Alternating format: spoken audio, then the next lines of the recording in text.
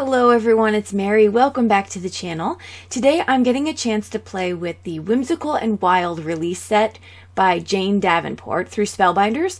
Very excited to play with this. I was really in the mood for some rustic, some fun, masculine kind of cards. So you can make these obviously in any theme that you want, but I went for the more traditional type of coloring for these images. And so I had a lot of fun, so let's jump into it. Here are close-up shots of the stamp sets themselves. I'll talk a little bit more about some of the sentiments and things like that as we go through the video. So the first thing I'm going to do is start off with this super fun giraffe set. Now I am going to be cutting out using some colored cardstock, and I'm going to be doing some masking. Here I have this fence in my stash with some old wood grained paper. So I'm kind of pulling out some things I have not used in a long time, which I always encourage everyone to do. Because if I looked around my craft room, some people would come in and they would look around and they would say, "You have too much stuff." And then I would tell them to leave kindly because there's a no judgment vibe in this room. But I do have a lot of things. And so it's important that we use what we have. So I'm just kind of figuring out how I want this layout to go for this card. There is a very specific reason why I am laying out this card in this particular way. So right now, I'll tell you in a second, but right now I'm masking off my giraffe because I don't need the bottom half. He's only going to have his head peeking above the fence. I'm using some Versafine Clair. I thought I was using Bristol Smooth cardstock, but I was not. And I learned that out when I tried to use my real brush pens on it, and the color didn't move at all. So someone must have mislabeled my cardstock. Those kids, I tell you. Okay, so I'm going to just kind of have you watch what I'm doing here. Masking, can do some ink blending, pretty simple stuff, but I'll tell you why it's laid out this way. So my high school friends and I have taken to Marco Polo, which is an app where you can do like little video clips with each other. It's a super fun app. And so we send each other clips. Well, every day my friend Maureen walks by the she's in Sacramento, the Sacramento Zoo. And she always gets a shot of the giraffes over the fence line. So she's always sharing that with us. We love it. We look forward to it. It's a sweet thing to send that giraffe lots of love and good vibes. But this is the view we see in the video all the time. So I thought it was really fun. I was inspired by that. See, another way that real life inspires card making.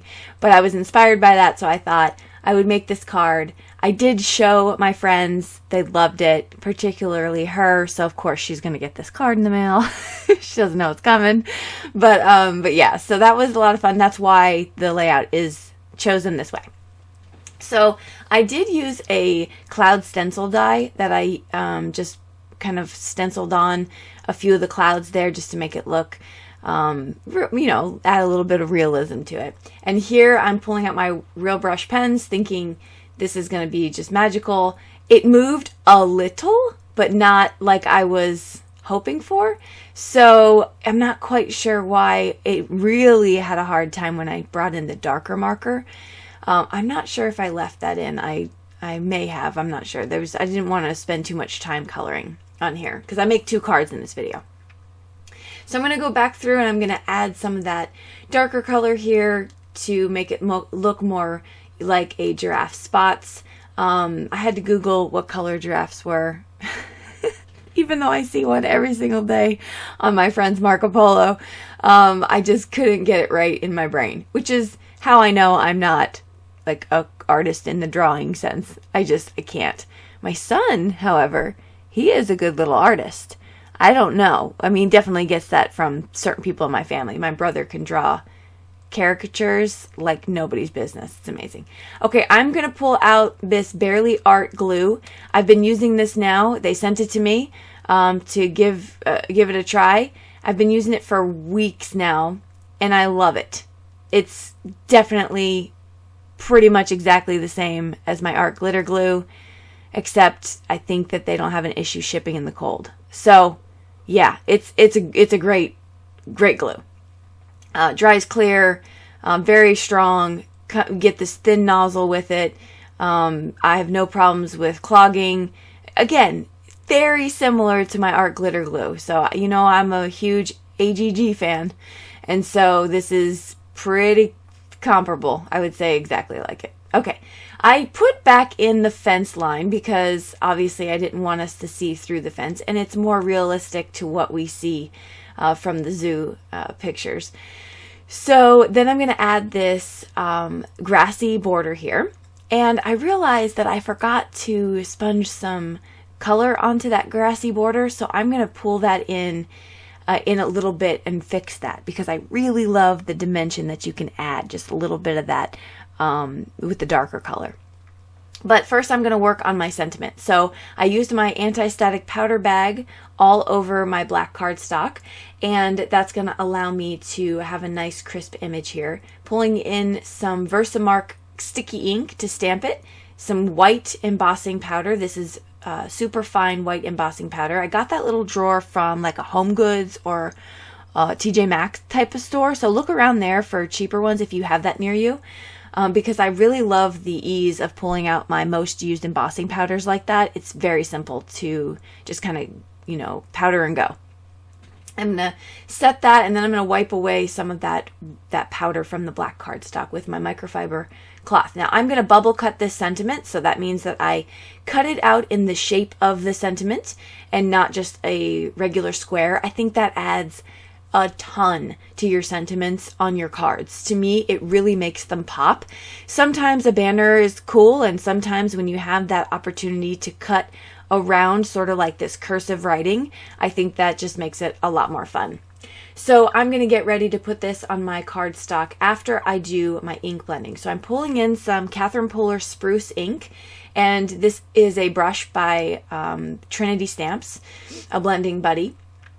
And if you'll notice that little washi tape sticker on there, I just put that on the back of my brushes, so I know, trying to keep color coded as much as I can. Some more glue on this little foam strip that I put on the back of my sentiment to make that pop up. And here we have our sentiment. This sentiment alone is worth the stamp set. I love it. It says, Giraffe wisdom, stay above the drama, stretch yourself, stick your neck out, enjoy the view, and stand tall. I love it. It's just so great. So that is my finished card. And I love that it is gender neutral, so that can go to anyone. Okay, let's move on to the second card here. Now, I skipped through this pretty quickly because I wanted to show you I am ink smushing with a bunch of Distress Oxide inks in browns. So I used Tea Dye, Vintage Photo, and Walnut Stain for the ink smushing at first. And again, I do skip around a little bit because I think you've all seen me ink smush quite a bit, especially lately. It's like my go-to. I don't know. I did a lapse of ink smushing for a very long time, but this last weekend I was a smushin' full. So I got in some more. This time I'm using Distress Oxides because I have a lot of neutral colors through that. So in between each smush, I am going to heat set it with my Wagner heat tool. This Wagner heat tool is awesome. It's the one with the 2 settings. So I usually try to dry my panels on the lower setting, hence the speeding up, because you're literally watching paint dry. So I decided to try to get through this as quickly as possible. However, I did want to keep it in so you can kind of see that buildup of color as much as I can. Okay, so now the next thing I'm going to do is take some ground espresso, and I'm going to blend that around the edges of the card. Now, I still wasn't happy with that, so what I did next was spritz the craft mat to pick up some of that additional ink left over. So you can see the difference in what you get when you blend it onto your panel versus what you get when you smash it on there. And I really wanted to go for that just abstract mixed media look on this card. So I was happy with the difference of colors and things like that.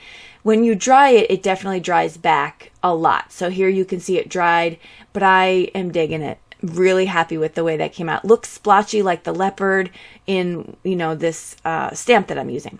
So anti-static powder bag. I'm using black Versafine Clair Nocturne ink.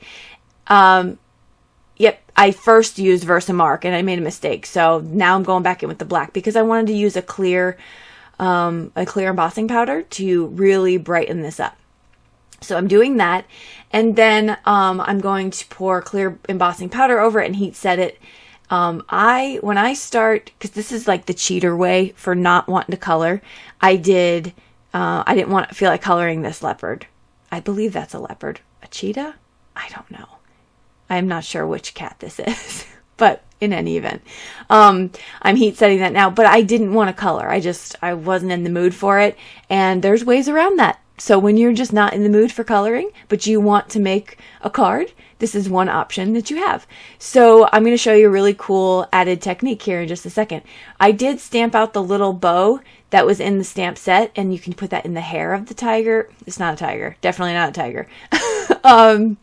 I got tigers on the brain.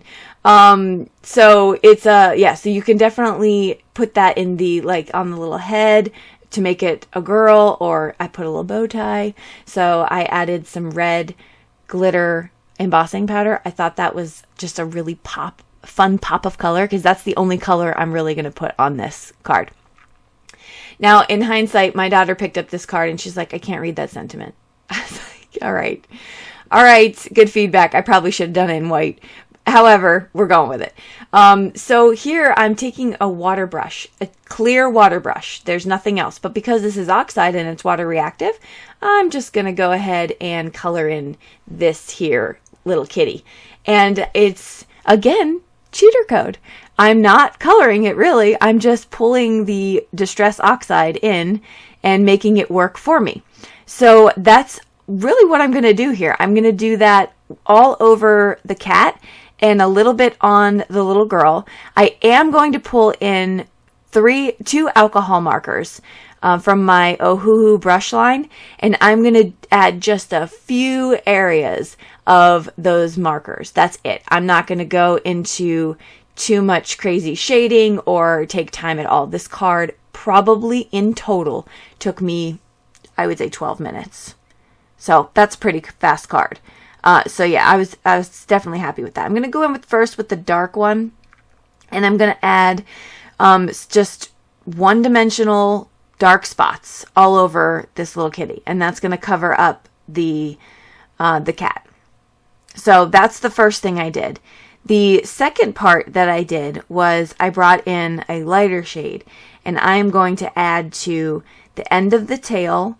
And here you can see first I put the darker one down. I'm going to take that lighter one. So the end of the tail and then the hair on the little girl. I also picked up some of the color. Instead of what I did with the cat when I was kind of keeping the color, I just used the water brush. But with the little girl, I wet her face and then picked it up with a paper towel. So to make it look a little bit different in color than the cat. So then this next step, I am just going to take those two markers and finish up by adding some color to her hair. Again, very, very simple. So hopefully this inspires you to still get crafting even on the days you don't really feel like coloring or doing anything too intricate. Thank you so much for hanging out with me. I will list everything I used below. If you're interested in this release from Jane Davenport, that will be linked below to take you over to Spellbinders. I thank you again. I will see you all in the comment section. You know I love to chat it up down there. And I wish you all health and safety, and hopefully you can find some time to relax your mind, maybe do a little bit of crafting. Here are a couple additional videos on the screen if you want to check those out. And until next time, I hope you all have a fantastic week. Bye-bye.